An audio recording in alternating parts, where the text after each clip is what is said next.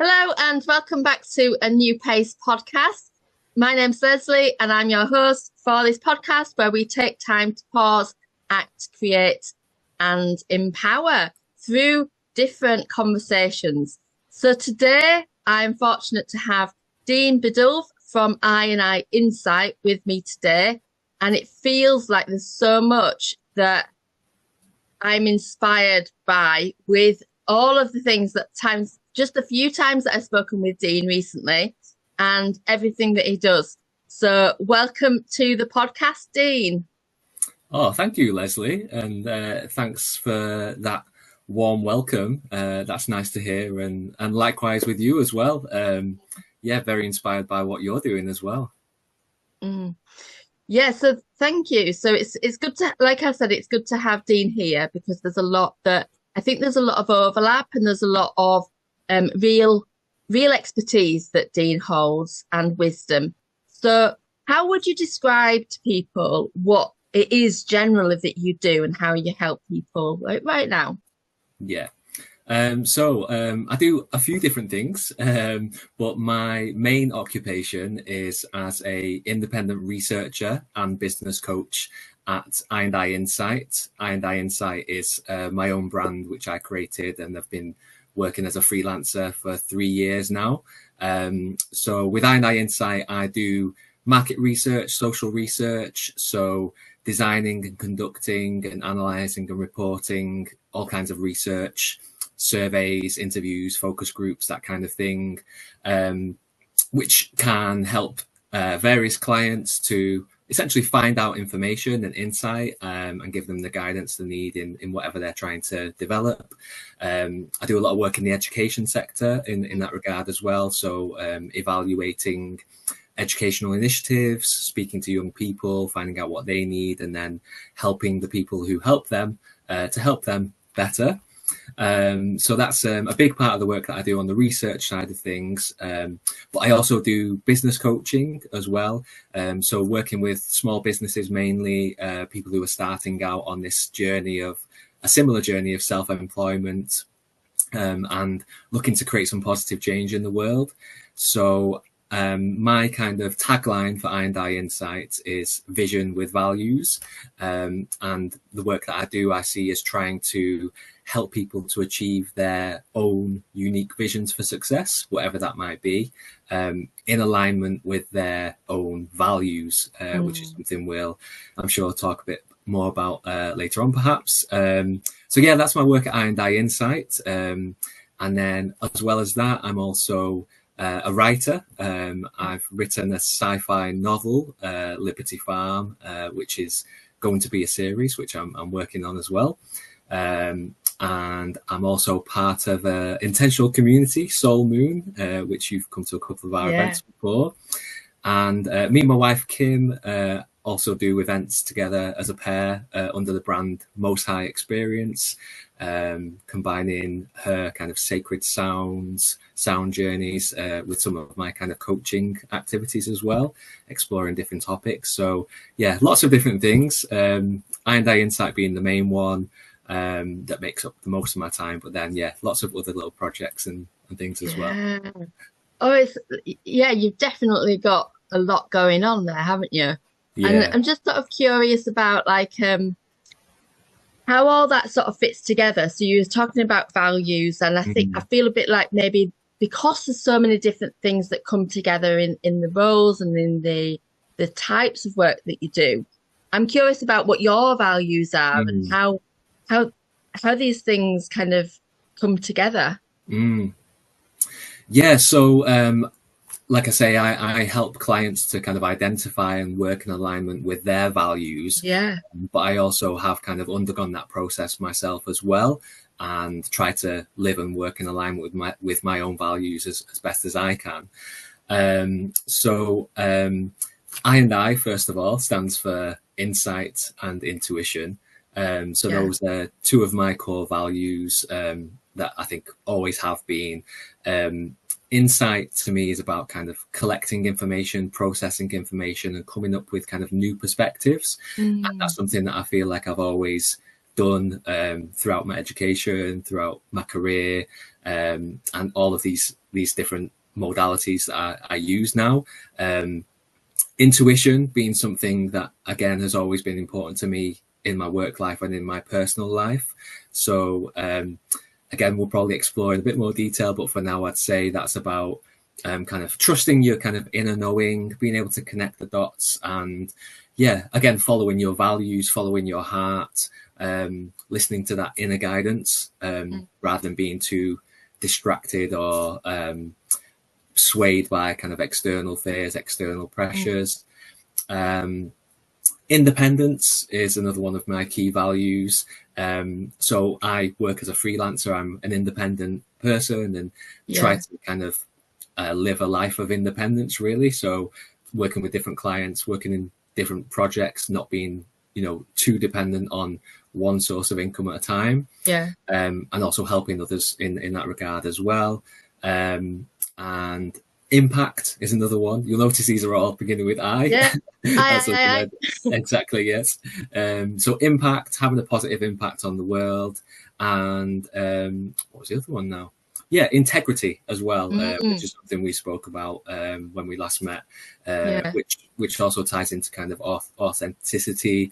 And just being true to myself, doing my best job, doing the best work that I can for other people, but in alignment with my own authenticity as well. So those are my kind of values that I insights, but also within my life and day-to-day work. So I think I've done a lot of reflection on those over the years and try to live as best as I can with those. And I think that all the work that I do, all those things that I've just mentioned in different shapes and forms, is all about trying to have some positive impact on the world, and all about trying to share insight, help people connect with their intuition. So there are different things that I do, but they all kind of relate and they all feel like they're, significant parts of me.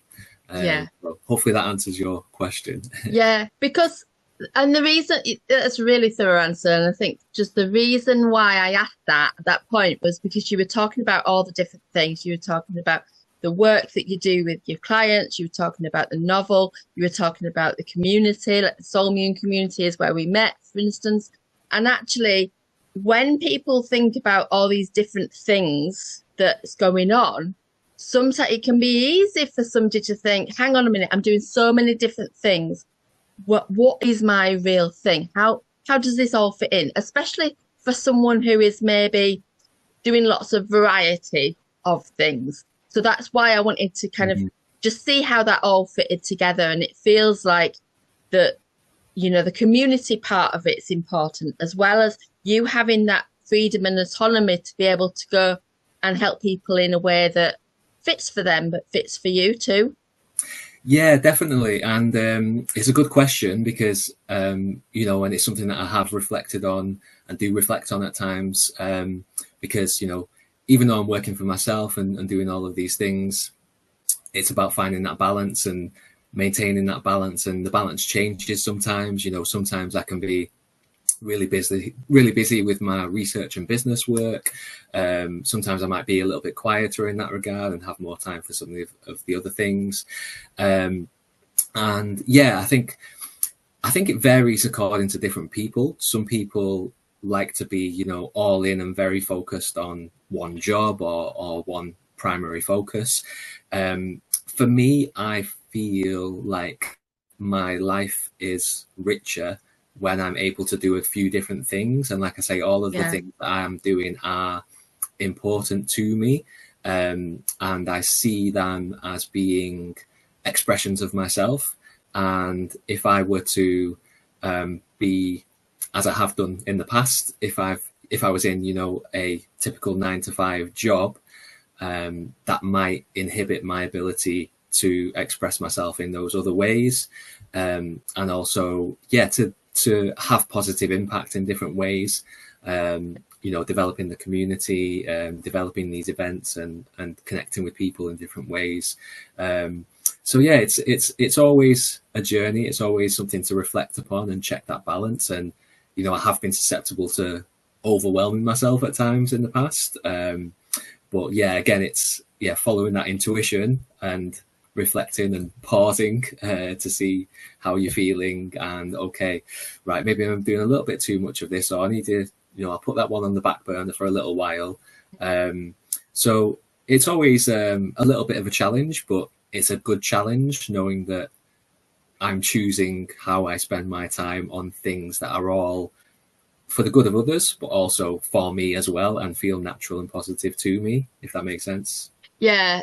And it feels, here's another it feels really inspiring to me to hear that. And it feels like you're sort of practicing what you preach, for want of a better word, because of talking to people about living to their values and, leaning into like their own intuition and insights as to what helps them. And then you doing that for yourself, rather than talking to people about aligning to their values, but then you not doing it. Or you maybe saying freedom's one of my values, but then, I'm in a 9-to-5 job and I'm doing one thing at a time, and that doesn't really give me much flexibility and freedom. So it feels like you're modeling something really important for people, and that might not be aligned with somebody else. Somebody might not want that variety. I mean, I really like variety, and I do have sort of fingers in different pies as well. So I think it definitely resonates. But yeah, I try to, like I say, I try to model this. I try to live according to my own values, and this topic of values has been something that has been an important one for me over the last few years, and that's why it's become a cornerstone of the work that I do. And I would also say once again that none of this is about perfection, being perfect.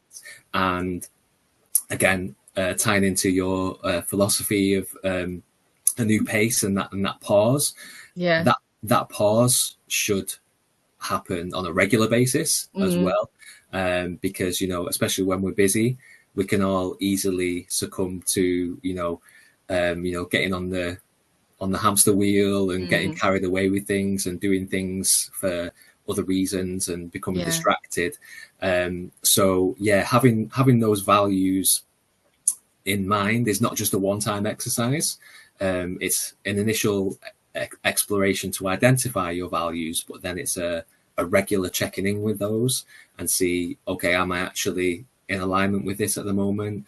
Okay, I feel like I'm ticking this one quite well, but this one, maybe I've been, a bit lax on that one. So maybe I can just, shift my focus a little bit. Yeah, absolutely. And you mentioning pause and like those different elements of pace seem to be kind of seen as maybe quite different for everybody. And when you were talking about maybe taking time to pause rather than like, being forced to stop, it's like take time to pause because it's building that into your life generally, whether it's like just staring at a wall for 10 seconds or whether it's about going for a walk or whatever it is. So of two ways we can take this. I'm curious about your own self-care and your own sort of pausing, so we can do that, and then I've got some other questions to ask about like maybe where it all started. So sure. How do you sort of kind of nurture yourself and your own, like, how do you take time to pause? Well, I think I like to create a little bit of time for myself on a regular basis, on a daily basis. I'm actually an early bird. I love to get up early in the morning. I like to have a good amount of time in the morning before I turn on my technology, which is why I missed your text this morning, even though I'd been up for a few hours. At the minute, I'm in a really good routine. I'm up at like 5 a.m., going to the gym, meditating in the morning, having my breakfast, and just having a bit of quiet time for myself really in the morning before I get started, before I get into work and get bombarded by the emails and messages. I think that's really important for me, just to have that good morning routine, to have that space for myself and not be immediately into the frenzy. And then again at night, try to wind down and switch off the phones, hopefully, an hour before I go to bed, and let my mind settle down again. So I suppose those are probably the most important things for me on a regular basis. Just to create that space, which I think is linking to the intuition that we've mentioned. I think that giving that space, giving that quiet for yourself is where that allows the intuition to then come through, for you to allow yourself to feel how you're feeling, to feel what's good, to feel what's not so good, maybe what's out of alignment, anything that you're worried about at that time. Whereas if you're just busy, then you might not even notice those things. So yeah, that's why one of the reasons why I like to create that space and time for myself. Mm. Yeah, because you hear a lot about this sort of 5 a.m. club as being like, oh, get up really early, and it's like, and I suppose sometimes that can be framed as to get more done, whereas actually, and to, being busy, whereas I'm hearing it's about time for you and time for reflection, and having that structure in balance with having the flexibility. Sounds like that maybe that's part of your self-care, part of recognizing what you need and what helps you to help other people, sort of thing. Yeah, definitely. And again, like we say, everybody's different, and again, it's about tuning in to your own values or what works for you. I like to be quite structured. I'm sure my wife Kim would say I like to be very structured. But yeah, I like to know what I'm doing. I like to plan my time. Yeah. And for me, that actually helps to organize things, organize my time, organize my thoughts.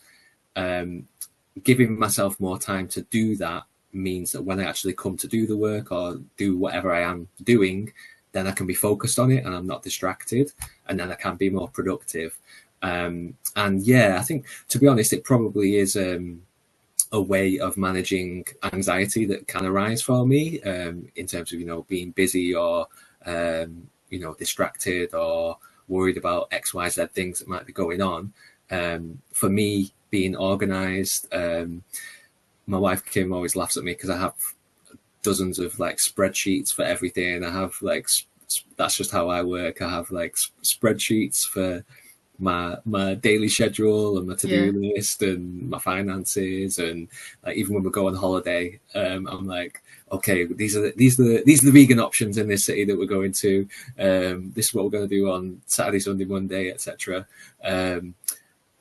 All of that sounds like it might be a lot for a lot of people, but for me, it helps to create the structure, create the framework, and then for me, that allows the productivity, the creativity, and the intuition to then come through in the moment.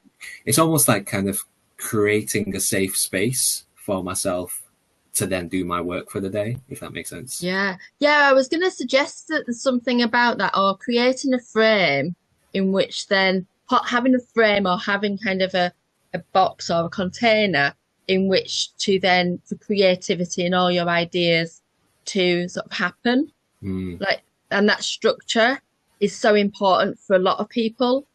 And I speak to people who are at maybe conflict between needing some structure, but then also wanting some structure, but also wanting to have some freedom and wanting to have that flexibility, but finding it hard to find that middle ground. Is that something that you've grappled with or that you see in other people? Yeah, I think that kind of structure on one end, and then maybe kind of total freedom on the other, maybe kind of like a scale, but they're not separate. They're kind of two sides of the same coin in a way. And I think it's almost like a dial of, how tight or how loose you want to be, and everybody will have their own sweet spot, and it might vary at different times as well. And I've found that, sometimes I might find myself being a bit too, I might have been distracted or just been in the midst of a busy work period, and just, forgetting that structure, forgetting that planning, and just doing the doing. And then I might find myself being a little bit disorganized, and I think, okay, I need to tighten up a little bit now. So I'm going to take a pause, going to, get myself back in order, create another structure again, and then start working forward from there. But then other times I have probably been too structured and too disciplined, and then maybe beating myself up if I've, not done what I've said that I was going to do, or thrown away the schedule that I've planned after it didn't work out for a couple of days or something like that. Those are phases and experiences that I've had. I think that right now, and yes, probably a good while now, I feel like I've been in a good balance where, it's having a structure, having an ideal kind of template as to what my days and weeks will look like. But, you can't also, you've got to allow room for things to change, following your intuition, responding to whatever might happen in your day. It's like we say, it's a framework, it's a guideline that helps to create a sense of structure, but then also allowing yourself to be fluid for that to vary as and when needed. It is a balance, and I'd encourage everybody just to kind of play around with that. And if you're feeling too loose, if you're feeling chaotic, then just tighten up a little bit, see if you can build a little bit more structure.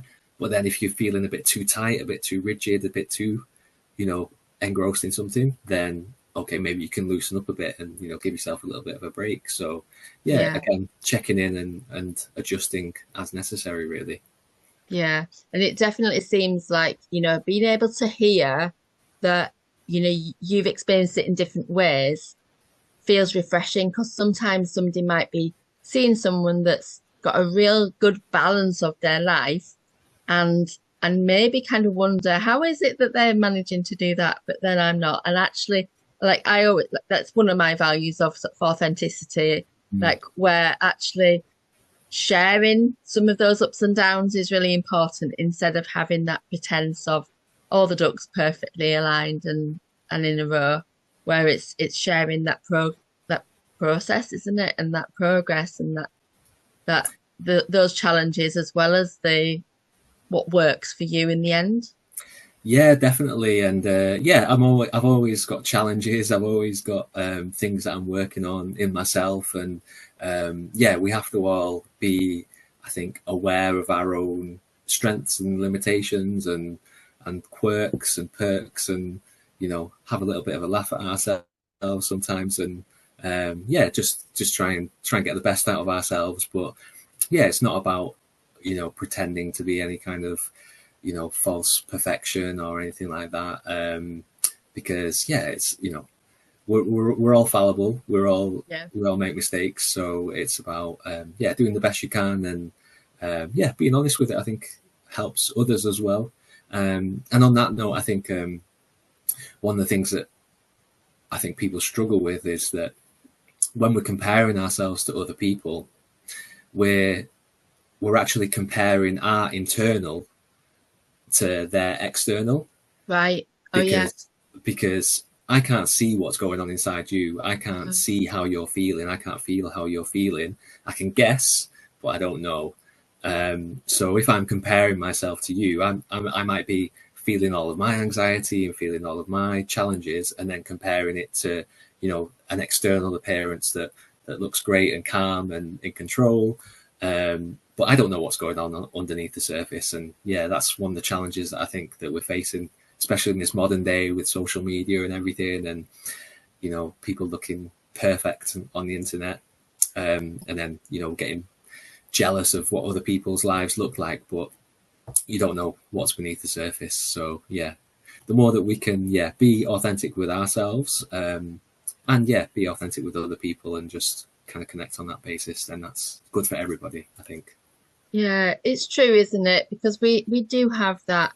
It's so common to have that comparisonitis and thinking that somebody's life is all perfect, when actually, like, when there's been some envy or jealousy for me, I've often then thought, well, actually, like, I don't know what they're going through, and I don't know, like, would I maybe kind of desire, it's maybe a pivot, a trigger for me to kind of go for what I desire and like to take action myself because I don't know all of their story. And actually, if there's something that I may be envious of that I'd maybe want in my life, then would I want all of the extra bits that all of the things that they've gone through, all the challenges as well? Possibly not. Don't know. Don't know what they've been through. So yeah, it's a really good reminder, isn't it? That just to kind of really remember that you're seeing somebody's external and comparing it to your internal. Hmm. Yeah. Yeah, definitely. And I think, and again, this is why I emphasize, intuition and values, and especially within the business context and for people who are starting businesses. The values that I refer to are really kind of like your internal whys, your internal motivations, like what do you really want on a deeper level? What emotions, what feelings, what experiences do you want to really feel? And if we can tap into those things and actually prioritize those on a daily basis, then we can experience our own version of success and happiness, what that looks like to us on a daily basis, as opposed to the kind of probably the mainstream expectation, which is, pursuing external goals, money, fame, whatever it might be, external achievements, which by their very nature are external. They might help us to achieve those values, but they might not. And if you can actually see what is the deeper why that you're actually looking for and prioritize that, you can usually find that you can actually, find a way to achieve that in little ways on a day-to-day basis. And if you can do that as a small business or just in your personal life, then, then you're already successful in your own measures right now. Yeah. So actually, if there was maybe something that you were aiming for that had maybe a feeling that you wanted to grasp from that thing, rather than waiting until you've achieved that thing to feel it, you would maybe find ways in your moment now to feel that feeling. Is that what you're meaning? Exactly. Yes, Yeah. exactly. So I think a good example of this is, obviously the world is very much, a lot of people are motivated by money, which is Yeah. fine. There's pros and cons of that. But if you ask why people want a certain amount of money, it usually comes down to security, safety on the one hand, and freedom on the Yeah. other. And what's funny is that a lot of people might, pursue a career and pursue a way of life where they might earn a lot of money, but then they spend that money on a big house that costs a lot of money to maintain, and cars and a lifestyle that might not necessarily be so sustainable. And they might be earning the money, but they might not actually feel the freedom, and their security might actually be a little bit precarious. Whereas somebody who is maybe, a young guy in their 20s who's like, I'm saying that as a bit younger than me. I'm in my mid-30s, but yeah, somebody who's like a freelancer who's earning a decent bit of money, not a lot, but they can travel, they can go to different places. They might be actually experiencing more freedom and security and stability in a way than somebody who's got a massive house and cars and all the rest of it. So yeah, that's just not to say that there's anything wrong or right about either of those. It's about identifying what is actually important to you, and can you actually design your life around those values now. Yeah. So it's like I'm kind of maybe perceiving then that things like money, those external factors, maybe being the vehicle for then achieving the thing. So when you said about freedom and that balance of freedom, I was thinking about travel, and actually they're the sort of things that on one hand you need money to pay for the travel, accommodation, those sorts of things. But then on the other hand, you might be able to like experience some of the same experiences of joy and intrigue and curiosity and wonder by taking a walk locally and maybe looking really closely at things. And on one hand, you could be like raise awareness of that.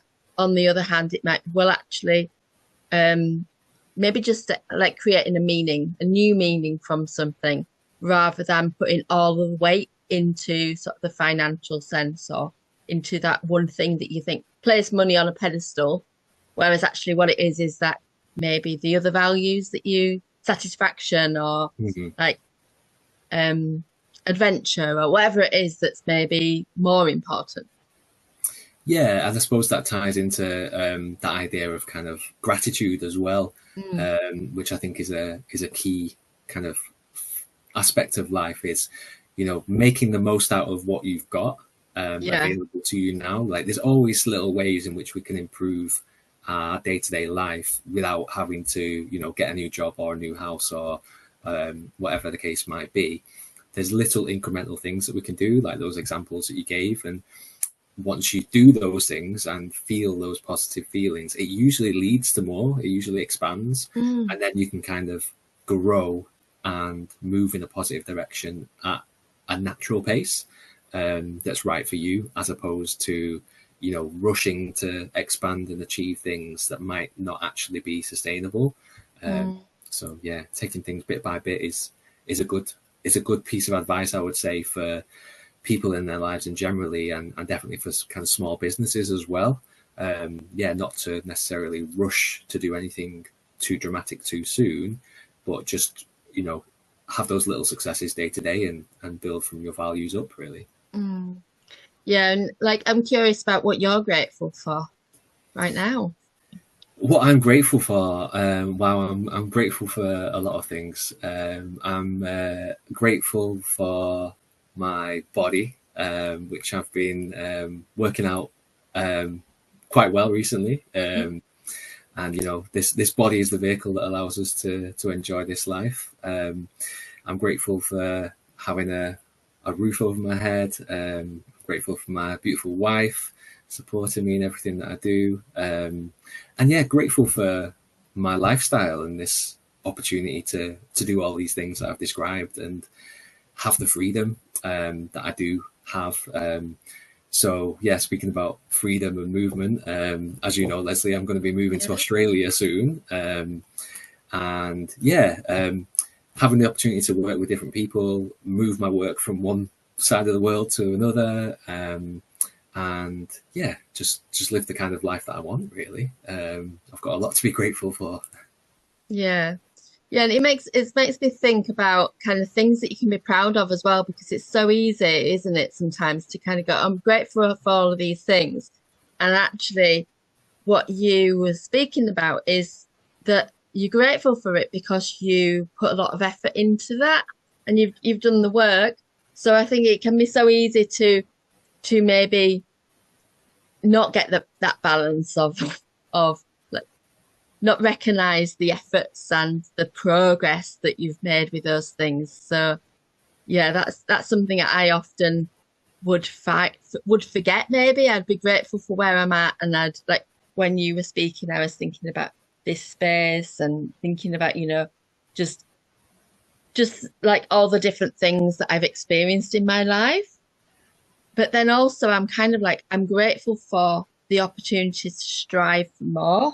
I think that's something that feels good, and grateful for being able to like be in a space where it feels safe to make some mistakes and be sort of do ups and downs of my life, and to be a bit indecisive sometimes. That's something that I like when I'm thinking, oh, maybe something's gone wrong with the technology, or like something's not gone according to plan or something, rather than actually thinking, oh, and beat myself up over it. So easy to do. Then to think, I'm actually grateful that there's so many choices or so many different options that we can do, and so many different, you know, being able to feel that it's okay to make a mistake.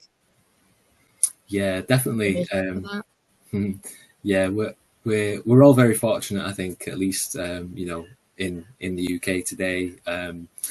The technology, the opportunities, you know, we're both probably doing lines of work that, are living in ways that we, wouldn't have even been thought of a few decades ago. And, just being able to, set up podcasts and speak to people wherever and all the rest of it. We're very fortunate. And yeah, also, like you say, recognizing our own part in that and being grateful for our own past and our own mistakes and even, traumas or bad things that might have happened to us, all lead us to where we are. So there's always a positive meaning if you can find it. Yeah, and this is a brilliant sort of segue into that kind of how it all started sort of question, because there'll be certain things that were pivotal to what you're doing now, or pivotal in your life that maybe made you turn a corner, and decisions that you've made. I'm curious about sort of at what point did you decide about psychology? But yeah, how did you get started? I was born in. Yeah, so I suppose there's two pivotal moments, I would say. If you've got time, one's kind of the we've plenty of time. Yeah, so one's kind of the origin story, I suppose, in my childhood. Yeah, is that I come from a very, working class family. My mum and dad separated when I was 8 years old. And that was largely a result of my dad's alcoholism. My dad was an alcoholic, and that led to the kind of breakdown of his relationship with my mum. But my dad was also a bit of a narcissist and a manipulative kind of character. So he actually kind of convinced me and my sister to live with him when he and my mum broke up. And so between the ages of 8 and 13, I lived with my dad in poverty, with his alcoholism. Like, he wasn't doing anything, like he wasn't working, he wasn't providing any kind of leadership or tending to anything really. It was just just living kind of hand to mouth day to day really. And yeah, that was very unpleasant looking back at the time, which I think is the case for a lot of people in their childhood. When you're in it, you think it's normal. Yeah. And it was only as I started to get a little bit older, going to high school, 11, 12, starting to visit other friends' houses and see what other people's houses looked like, and what a working family looked like, what it looked like to have a clean house and have the bills paid and all the rest of it that I didn't have, and started to kind of see through some of the games and the negativity that my dad was kind of living and putting us through. I kind of started to grow out of it. So at the age of 13, actually on my 13th birthday, I made the decision to leave my dad and go and live with my mum. And I refer to that as being probably the most pivotal moment in my life and the best decision that I ever made, because that was the first time when, as a young person, age 13, I felt in my heart that I was in, something wasn't right. This wasn't the right place to be, even though, despite all the brainwashing and all of all the stuff that I went through with my dad, at that point I realized, something's not right here. There's a better option out there, and I need to leave, and I need to go, and I need to step out, and I need to trust myself, and go in that positive direction. And that was the first time I did that as a child at the age of 13. And ever since then, my life has just gone better and better, and I've just always been in that direction of the positive thing, and been, I suppose, maybe more aware of negative environments or negativity, and aware of the traps and failures that await those who maybe don't take care of their emotions and their feelings, which was the case for my dad.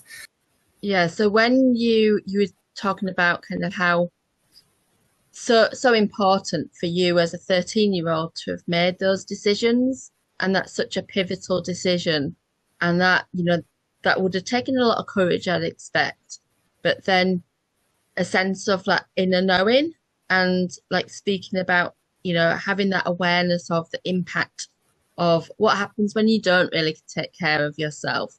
But you know, what more would you like to say on that? Yeah, I suppose I think maybe in a way, and I'm just thinking out loud here now, I'm not sure if I even thought about it from quite this perspective before, but I think that obviously as a child, most children look up to their parents, as you naturally do, and up to a certain age, you think that your parents are perfect, because they're your models of what it is to be an adult human. But then you realise that they're fallible. And in my case in particular, I spent time with my father, who was, not in great shape in any sense, in any regard. So I think in that way, it almost led me to kind of a sensitivity and a skepticism towards authority in a way, because he was the person who was kind of in charge of my life to a point up until that age. But I saw that wasn't a position that he should be in, and that I couldn't necessarily trust him to take care of my best interests. And so I needed to trust myself to take care of my best interests more so than him. And I think that probably transferred to then others as well. And I think I've always had that kind of a bit of a skepticism towards everything, really, which could be seen in a negative way, but I think in a positive way, I'll describe it at least initially, is that,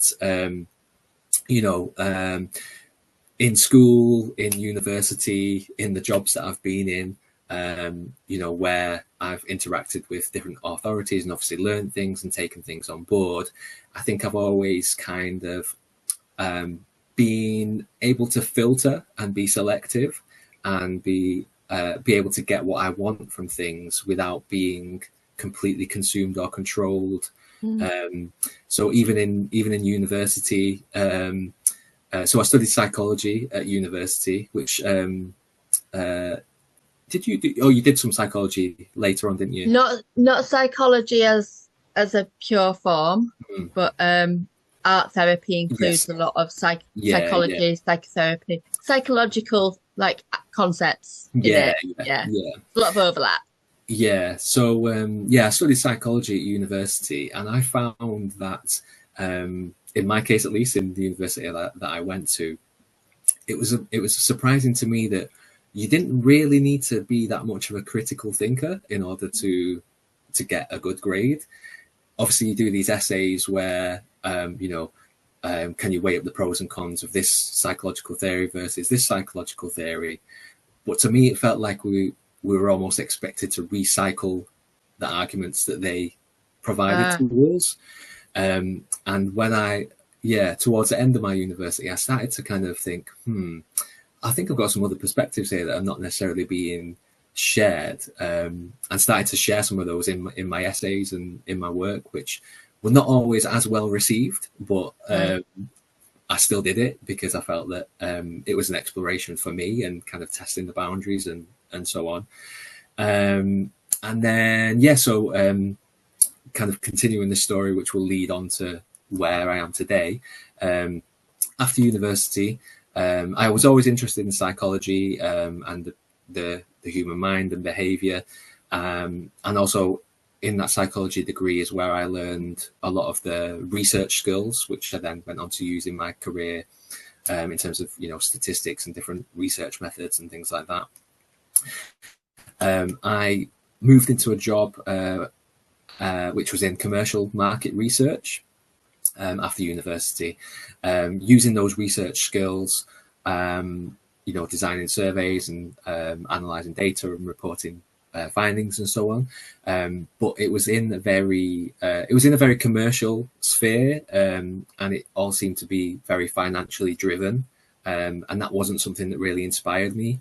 I think I've never really been motivated by money in and of itself, like we spoke of earlier. Yeah. I think I've always wanted to have a positive impact on the world, or try to help people in some way. So yeah, that job I was in for many years and did well there, but it never really kind of lit my fire. And so after that, or during that time, I met my wife Kim. We actually quit both our jobs at that time, which I think is about 2017, 18. We actually set up our own little vegan catering business, which was the first business that I attempted a few years ago, which was short-lived but fun. That was called the Happy Caterpillar. That was a real transformative experience for us. And then taught English in Vietnam as well. So again, kind of freedom, adventure, growth, I would say. And then I went back into a job in research, but this was in the education sector this time. So that was using those same research skills, but within more of a positive social context and helping people and working with young people and so on. So yeah, that was the last job that I had, which was a few years ago. And yeah, I suppose that leads on to why I kind of then left that one, was essentially came down to values again. So I was in a workplace where values were spoken of in that workplace. And I felt that we were aligned in our values up until a point. But without going into too much detail, it reached a point where it became clear that our values were no longer aligned, and I didn't feel like I could fully express myself within that workplace anymore. And that was when I made, again, a difficult decision to leave a situation of, safety where, I was in a secure job where I thought I might, stay there for many years to come. But it reached a point where something wasn't right, and I knew that I needed to get out and pursue something different. And then that's when I decided to go freelance and set up I&I Insight. And that was 3 years now.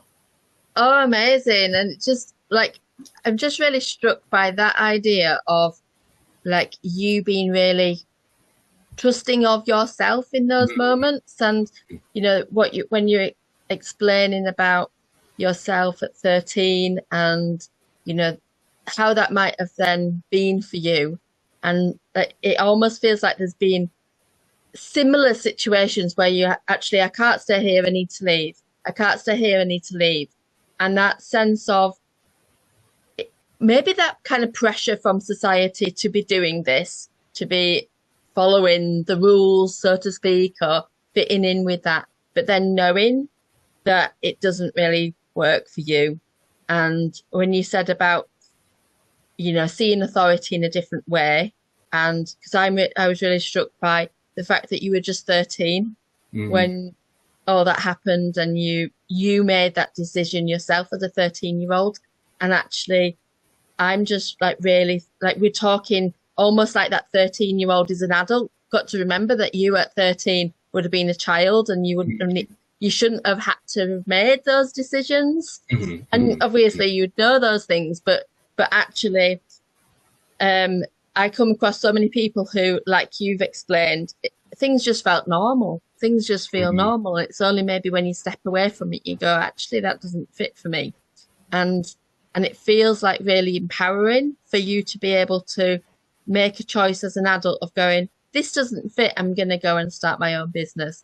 Or this doesn't fit, or I'm going to go traveling now, and I'm going to make those decisions to go and do something that feels like more aligned with my values and more aligned with that. So, yeah, and I think this it comes back a little bit to what we were saying earlier about kind of being grateful for your own life and your own path and the ups and downs that come with that.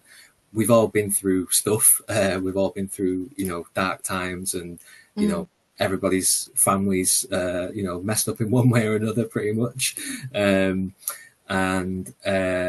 think for me, like I went through some difficult times as a child, certainly, but I think I consider myself fortunate in a way as to what I've learned from that. And I think, for example, like with the situation with my dad and my mum, I had a very vivid experience at a formative time of being in a bad situation and leaving that situation to go to a good situation.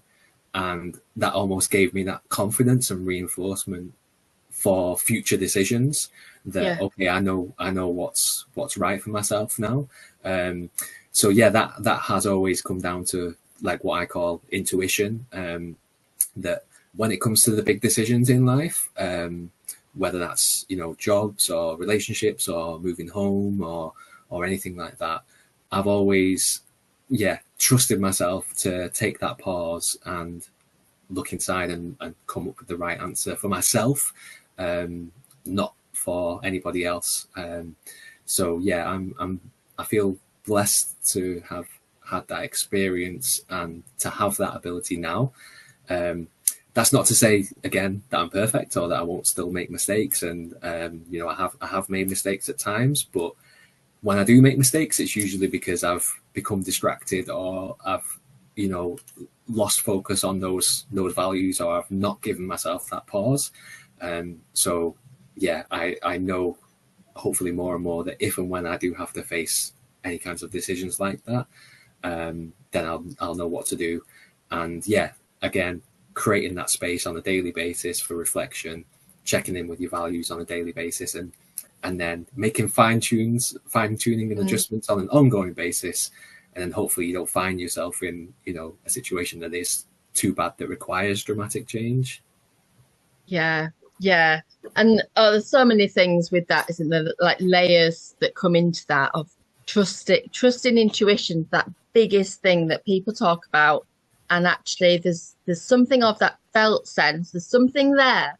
But then from a concrete sense, like, what even is intuition? What is it? Where does it come from? How can people trust it? Like, what actually is it? Yeah, well, that's a big question. It could get into, fairly spiritual, etheric kind of answers, from my perspective. So, I'll start with one perspective which I like to use is, you've heard the idea of like downloads is like a phrase used in kind of the spiritual community, where people will like, go into a meditation and they'll download some information from the universe. Yeah. So I like to think of insight being uploading information to the cloud. So with insight, we're collecting information from outside, and then bringing that in and then processing it in order to come up with some new perspective. Yeah. Whereas that's the upload, to use the technological analogy. Whereas intuition is the download, and that's not relying on external information. That's more of a tapping in, a tuning in to what I would describe as being kind of your deeper consciousness, and that might even be, at a deeper level, the one consciousness source, and it's that thing that I think that we can tap into through meditation, through relaxation, through different modalities. It's that kind of underlying truth that it seems to come from the heart, I think, more than the head. Me and Kim actually did an event a few months ago about this topic of living from the heart, where we asked people to explore this topic. And one of the things that came out, I think, was that, or at least one of my kind of understandings, is that the mind is often fearful, anxious, and it also tends to speak in language. It tells you, oh, you shouldn't do that, or so and so's said this, or this is going to happen, in quite a mental, linguistic kind of way. Whereas your intuition, I find, tends to kind of come more from the heart, and it doesn't necessarily speak as loudly as the brain or as the mind. It's more subtle, and it's more of a feeling, and it's usually softer and more caring and nurturing, I would say. Maybe more feminine, and maybe the mind being more masculine in that sense. Yeah, because I suppose it feels like there's so many different things about, spiritual things, and depending on people's beliefs, they might consider intuition to be differently. They might kind of see it as coming from God or coming from the universe, signs from the universe, all of these sorts of things. And what I'm hearing from you is an acceptance of people's perspectives and people's beliefs, to be able to then package it and frame it in a way that works for them. Because actually, when I think about intuition, I very much think about that those kind of like moments of that felt sense, like quite kinesthetic, quite like the gut, like that gut feeling. People talk about a gut feeling, don't they? And they like when I'm kind of leaning into my heart rather than being in my head, then I can get much better answers, and I can feel more clarity. And whether that's intuition or whether that's something else, because I suppose these conversations could get onto, well, what is a thought? We could go on for hours, Dean. But I suppose there's something about then, like having that sense of that general thing. We might not be able to see it. We might not be able to know exactly what it is, but we can feel it and we can trust it. And there might be times when somebody maybe struggles to trust their intuition, and times when they kind of go, okay, yeah, it's a heck yes, I'm absolutely onto this. And I'm just, regardless of the definition of it, like would you find that, so like in the work that you're doing and you're kind of getting into values and everything, can people trust their intuition on that? Or are they maybe, especially maybe with organizations, can they allow their own intuition to come through? Or does it tend to be something that people struggle with? So I think working with small businesses or people who are kind of solo entrepreneurs and starting businesses, I do business coaching exercises with people where I do try to encourage people to tap into their intuition throughout various topics and exercises. So I'll often do kind of like free writing exercises or little meditations, just to get people to kind of tune into the moment and release that kind of mental chatter a little bit. And excuse me. And one of the first exercises that I do is to help people to identify their values. There's a few different questions that I ask about kind of what are you looking for yourself out of your work, and what do you want your customers or users to get from the work that you do as well. There's a few other questions as well, but those are the main ones for now. And initially I'll get them to just write down all the words that come to mind, which again is getting the brain out of the way and just allowing whatever to come through. Yeah. And often people might be surprised with what actually emerges. And then what we'll do is we'll look across the few different questions, a few different columns, and start to pick out what are the actual kind of key themes. So we might have listed, 10, 15 themes here, 10, 15 themes here, 10, 15 themes here, but then we can whittle them down usually to 5 or so. That are actually the kind of the main ones that all the other ones kind of fall into. And then ultimately it is about them trusting themselves. And I suppose that's kind of the first exercise on the journey. I do try and do that with people when they're starting their businesses, to identify those core values before you do anything else. Because that's tapping into the intuition. It's tapping into that self-trust, and it's identifying what's most important to you from the off. And to answer your question as to whether people can trust themselves, I suppose that's a question for them, but I would encourage them to do so. And again, nothing has to be set in stone. You can always make adjustments, but getting into that practice of self-reflection and asking yourself those kinds of questions will help to cultivate that trust and help to cultivate that connection with the intuition. Yeah, so being able to like give yourself time to be curious and reflect. And it feels like there's a difference between somebody that's self-employed, like a solopreneur, than somebody that's in a company where there's lots of people and lots of staff all working together with a certain level of values. Because generally every company that I've worked with, we've got these values, but then they may be, I don't know, quite generic maybe, or like sometimes I think it's what is maybe seen to be desired. Yes, definitely, yeah. And I think I'm aware, and people might be hearing this and thinking, oh, like business values, the company I work for has got values, we've got these values written on the wall. But it's not about just having them written on the wall, it's about actually living by them. And actually understanding what they mean and implementing them throughout all of your work.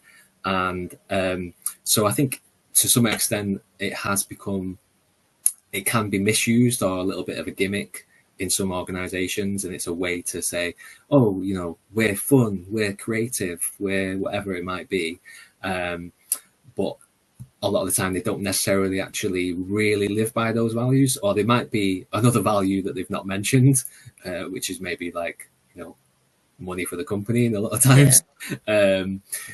So yeah, for employees working in those companies, I think it is a good idea to, if you're a person who's working for another company or looking for a job, to understand the values of the company, understand what they say, understand what they don't say, and try to feel what those values are and to what extent you are aligned with it.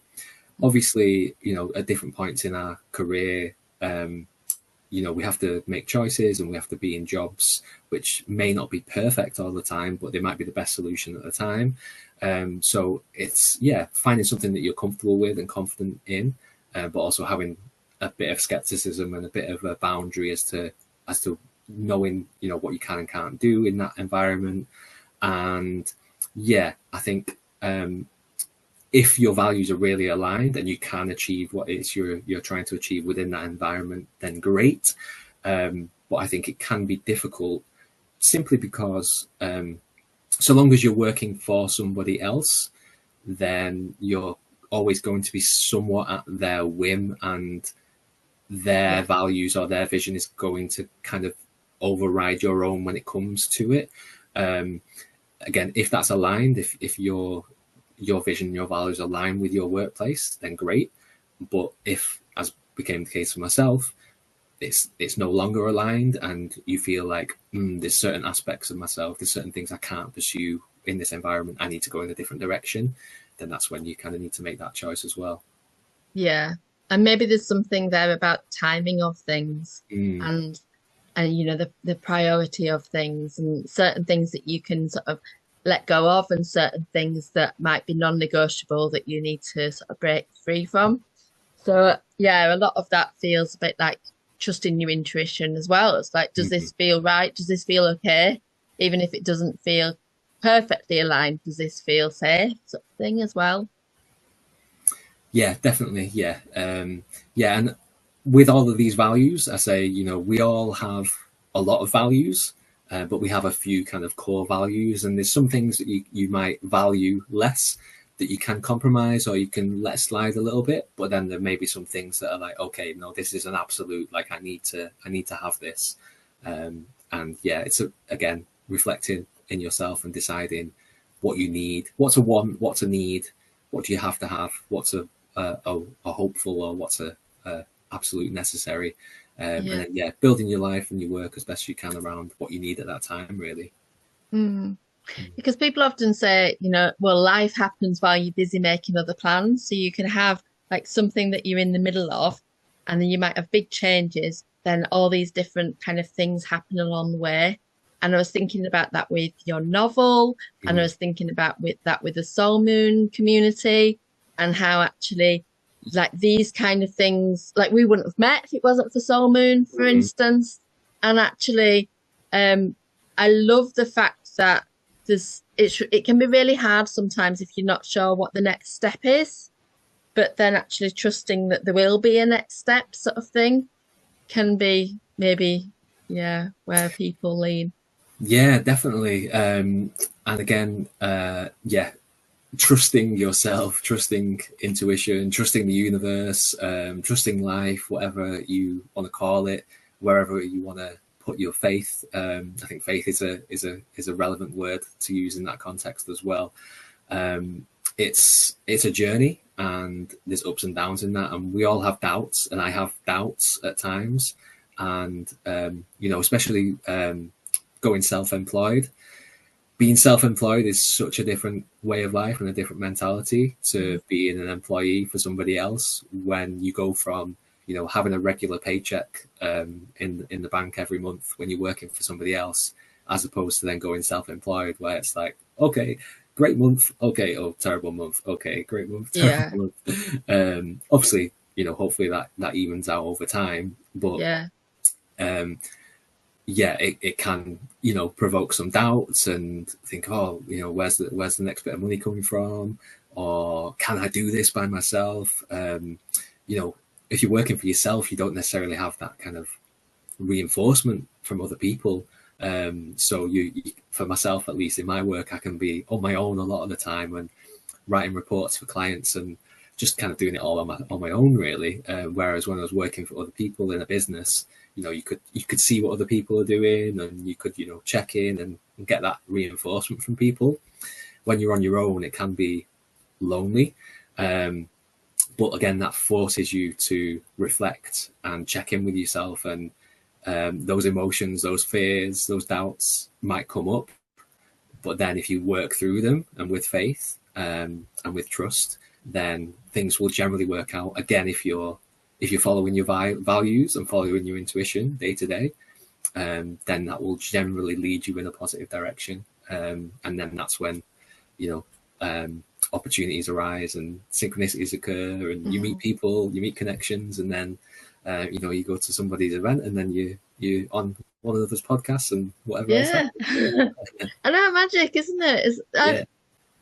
I often say things like, oh, I might have this kind of thing of going, oh, I'm feeling a bit down today, and then suddenly realize that like for me, oh, I haven't really made any art this week or this month, and oh, I've barely seen people, I've not been out and met many people, so no wonder I'm feeling a bit off.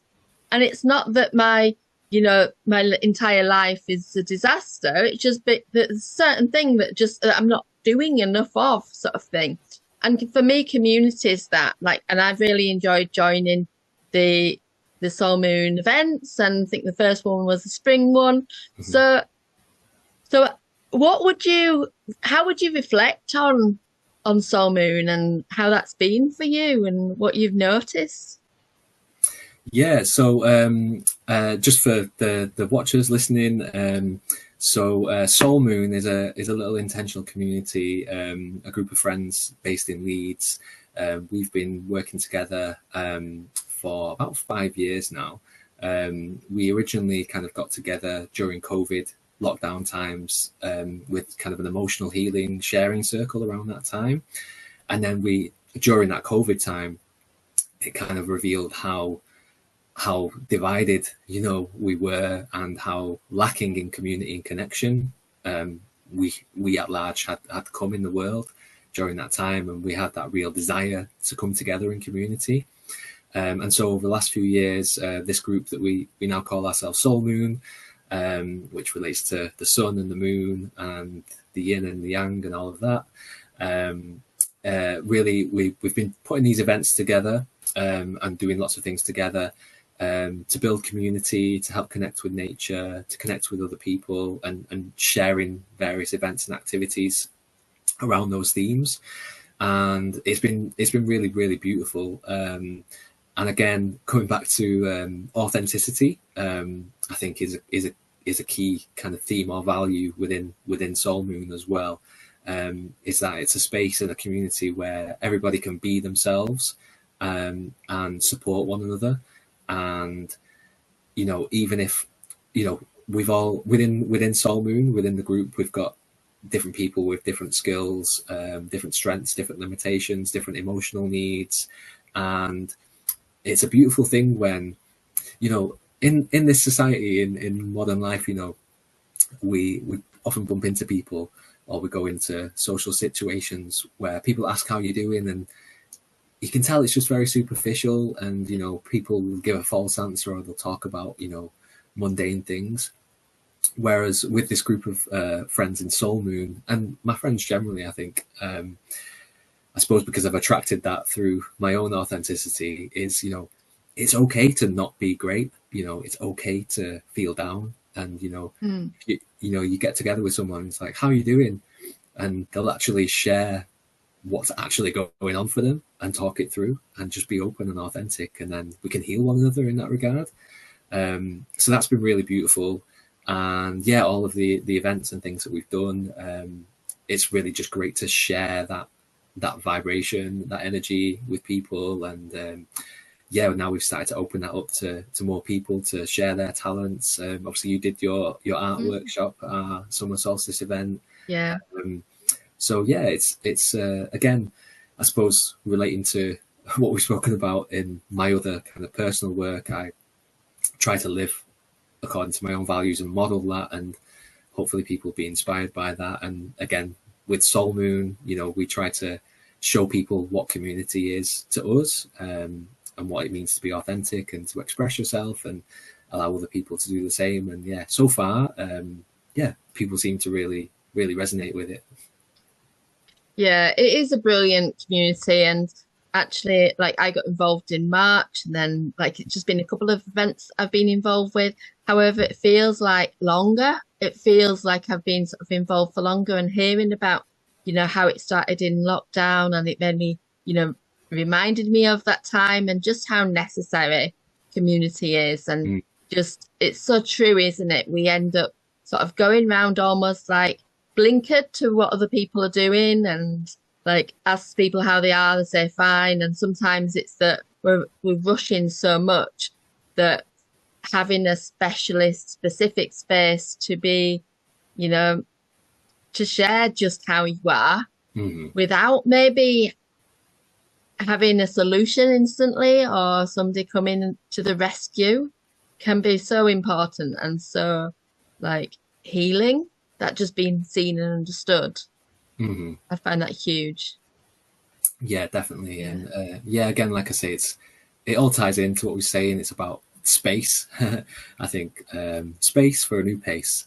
Oh, I love that. Yeah.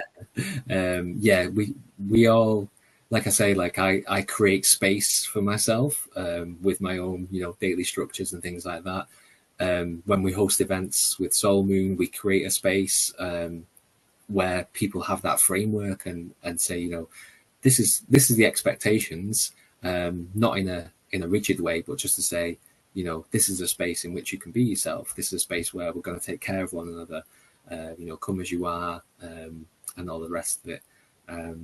So yeah, I think all of that helps to connect with yourself and allow things to come through, and then become more and more of your authentic self. And there's something about really loving your authentic self, isn't there? Because sometimes people can say, well, I am being me, this is my true self, but just don't really like what I'm being. And it's there's that acceptance and that self-compassion, as well as seeing that in other people. Yeah. So just thinking about kind of like next steps, I know you were saying about sort of moving to Australia, and like, which isn't very far away now, but I'm just curious about sort of what you're sort of looking forward to, if there's anything, like if there's ways that people can get involved with your offerings as well, like what, how would you sort of invite people into that? Yeah, so yeah, just to clarify that bit about Australia. So me and my wife are going to be moving to Australia at the end of September. for 12 months initially. That's the plan, but we'll see what happens, whether that turns out to be longer or shorter. We'll follow our intuition and see what happens. Yeah. But yeah, that's another step of exploration and adventure for us, and enjoying our freedom. Obviously, like I've spoken about, I'm a freelancer. My wife Kim is a freelancer as well. She does graphic design at kimho.art if anybody needs any graphic design work. And yes, I'm going to be continuing my freelance work, research, business coaching, and I'm continuing to work with UK clients that I already have, hoping to get some more work and more clients in Australia as well. So yeah, in terms of connecting with me, I think the best place would be to go to my website, which is iandinsight.com. We'll type it out and put that somewhere as well, so people get the eyes right. There's lots of eyes in there. So iandinsight.com, and across social media channels at iandinsight. And yeah, what I'd say is anybody who, either if you have a business already or you're looking to create a business, if you need any kind of research work to help to understand your own work, your market, your customers, anything like that, then I can help with that, or helping you to identify your own values, develop your own vision for your own work, develop your strategy, and get in touch with your own intuition and overcome some of those personal challenges that we've mentioned with self-employment and business as well. Get in touch. We can have a chat first of all, and then see where it takes us. Yeah, brilliant, because it really makes me think about how a lot of business owners, a lot of people going into being self-employed, think that maybe what they need is the strategy or the business strategy and that sort of practical support. However, actually what's going on for them personally and their own vision and values is so important, isn't it? Like, to just be really tuned into that. Yeah, and I do try to support people with their business strategy and some of those more kind of technical material aspects of the business. But I always try to approach those topics from the angle of a human angle, and from a values-based angle. So trying to kind of make some of those business concepts more applicable and relevant and resonant with people who may or may not necessarily be so business minded, and explaining how those work on a personal basis. And again, starting with the values and the vision and using those to then build and tackle all of those various topics from then on, really. So starting with the heart, I would say. And understanding what you're trying to achieve on a deeper personal level, and then that makes all of the more technical external things easier. Whereas if you just go straight into that external, technical, financial, business stuff without working on your personal stuff first of all, then it can be more easy to get lost, I would say. Yeah, it feels like really working out your direction, working out where you are to start with and where you're going. And then actually all the pathway clears when you know your way to go in, you can work out the route, and like those kind of things are a lot easier than just heading off in any direction. Yes, exactly. Yeah, lovely. And are you going to be involved in the next Soul Moon event? Or are you going to have moved by then, do you think? So the next Soul Moon event should be around the autumn equinox, which I think is 20th or 21st of September. So I'm not actually sure. We've not actually confirmed the date as yet. So me and my wife Kim have been very involved in the previous events. We'll be leaving for Australia like a week after that. So we're hoping to still be there. But we're kind of taking a little bit of a backseat in terms of the driving that event this time around, just to give the other guys a bit of a chance to practice that for when we're away. It's like, it feels like you're like, that's really sensible for you, like to really, your capacity, but also like really like nurturing and pass the baton to the next people. And I'm hoping to be there, so can see you at that event. And if we can put all of those details and make sure that between us we share all of that information because it's such a valuable thing. And yeah, brilliant. So is there anything that we've not spoken about today? Loads of things. But generally that you'd like to just sort of mention that you like to, that you'd just like to share with people right now before we finish. Yeah. So first of all, thank you, Lesley, for this. It's been really great to talk to you again. And yeah, I'm aware that we've gone on longer than we said, but I knew that we would when you listed the questions earlier. Big topics. But yeah, just the last thing that I would mention would be, yes, like I say, I am also a writer. So I have a book which is available on Amazon called Liberty Farm. Which we could maybe put a link to. It's a dystopian sci-fi novel, which I wrote before COVID, but very much ties into some of the themes around that time. And yeah, that book's out, and I'm currently editing book 2 and drafting book 3 in that 3-book series. So if anybody's is interested in kind of futuristic dystopian sci-fi, it's all about lucid dreaming, psychiatry, following your dreams, following your passion as well. And yeah, have a look for that, Liberty Farm. Oh, amazing. Yeah, so we'll definitely put the link with that. And yeah, best of luck with all of the editing. I know that's not, like, when I think about that, it's so overwhelming. But I imagine that there's so many people that will be out there. I just had a conversation with somebody that's got a book club. So yeah, like, we'll make sure that people can see it who might be interested. Thank you very much. Appreciate that. And thank you so much for coming on, Dean. It's like, I've learned a lot from you. And I think just sometimes we really need that important reminder to really look within and like lean from the heart rather than get so caught up in our heads and what's going on in the practical world and externally. So yeah, I really appreciate that. And yeah, thank you for coming on. Thank you for having me, Lesley. Yeah, it's been really nice to talk to you twice recently. So yeah, Lesley, you were on my episode of I&I Interviews, which is my kind of video interview series. So hopefully we'll be releasing both of these videos around the same time, and viewers of each other can watch the other. Yeah, it'd be really interesting to see, like, you know, what people take from them. And thank you everyone for listening to this episode of A New Pace podcast.